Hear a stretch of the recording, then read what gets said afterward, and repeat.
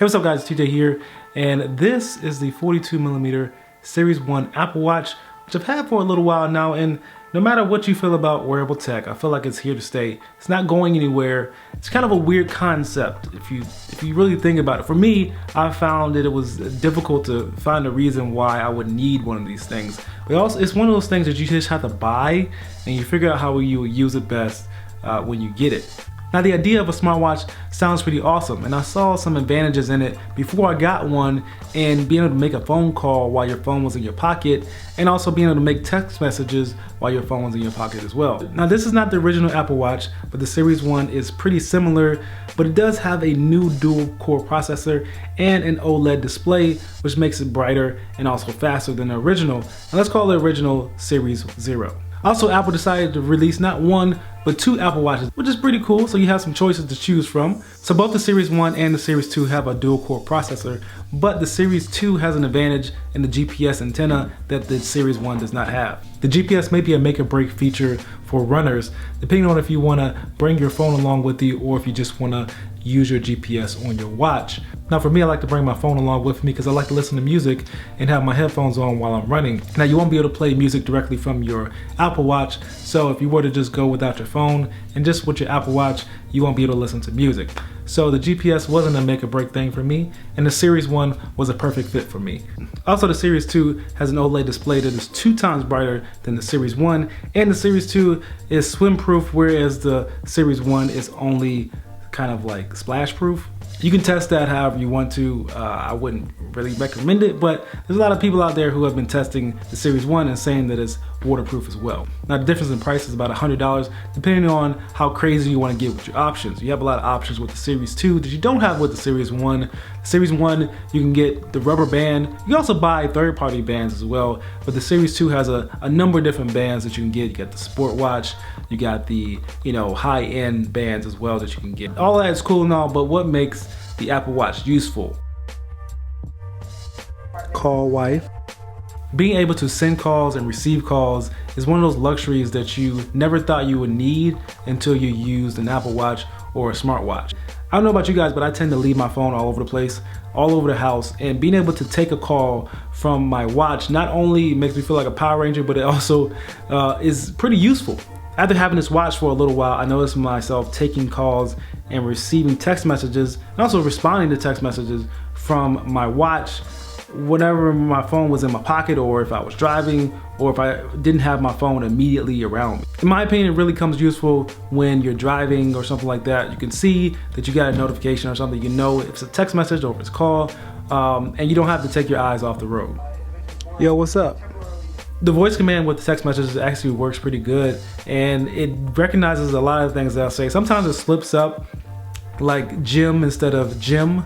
Like sometimes it will say gym, the name gym, instead of like, if I'm going to the gym, I want to say Jim, not not the guy Jim. I don't know anybody named Jim. Wireless mag charging is pretty cool too. It's kind of limited though, because I don't see myself taking this charger around with me. I have found some third-party products that offer some solutions for like car charging, and that would probably be pretty convenient if you could find some things like that you could charge in your car. You probably would have to have multiple chargers for this thing, because you don't really want to lug this type of charger around. Battery life depends on how much you use it, like your usage. It really depends on how many phone calls you take, or how many text messages you respond to, or how many operations you try to do from your watch itself. And the Apple Watch will notify you for like almost everything. It will notify you for emails, messages, and calls, and even when to stand up and even when to breathe. And I've also noticed that the battery life is just enough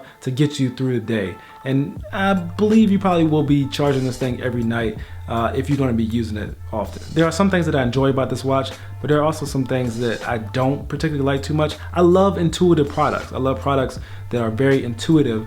And for some reason, the Apple Watch isn't as intuitive as I would like it to be. And it's probably because I feel like the design and the navigation should resemble the iPhone. Like, it should be an extension of your phone, right? You should feel like you're on the same device, whether you're on your watch or your phone.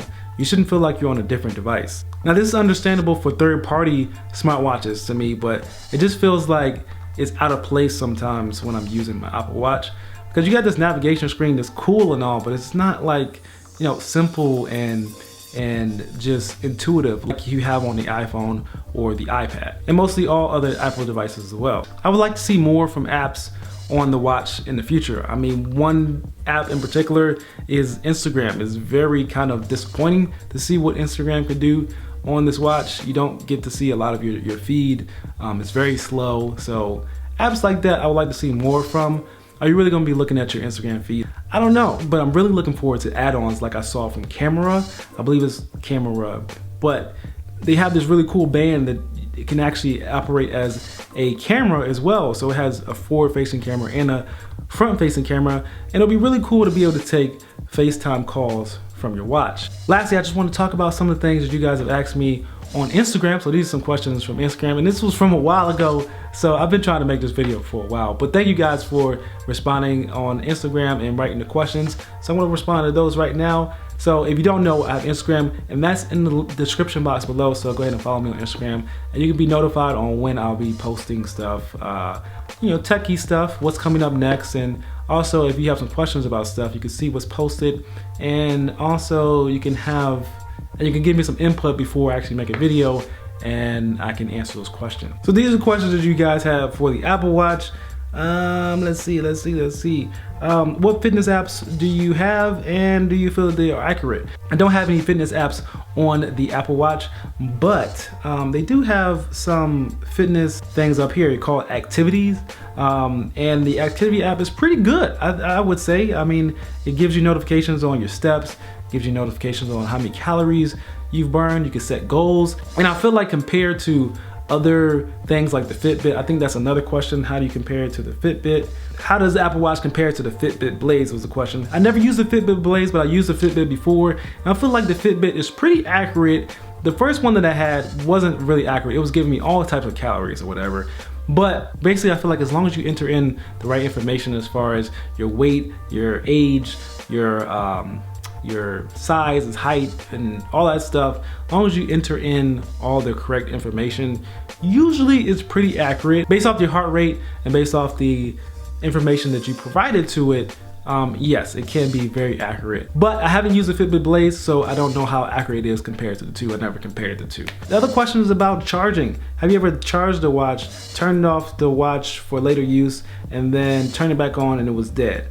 No, I haven't done that. But I noticed that there was some issues with charging. What you want to do is make sure that your outlet, your charger is working properly. I know a lot of people have had chargers come in from Apple that weren't working properly, so make sure you get one that's working properly. If you have an Apple Watch, you should have an iPhone too, so try to use the iPhone charger if you switch it out to see if that works.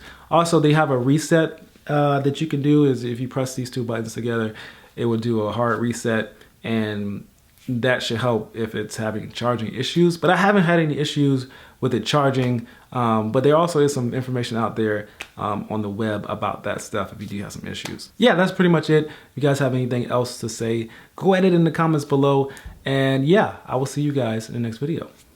Peace.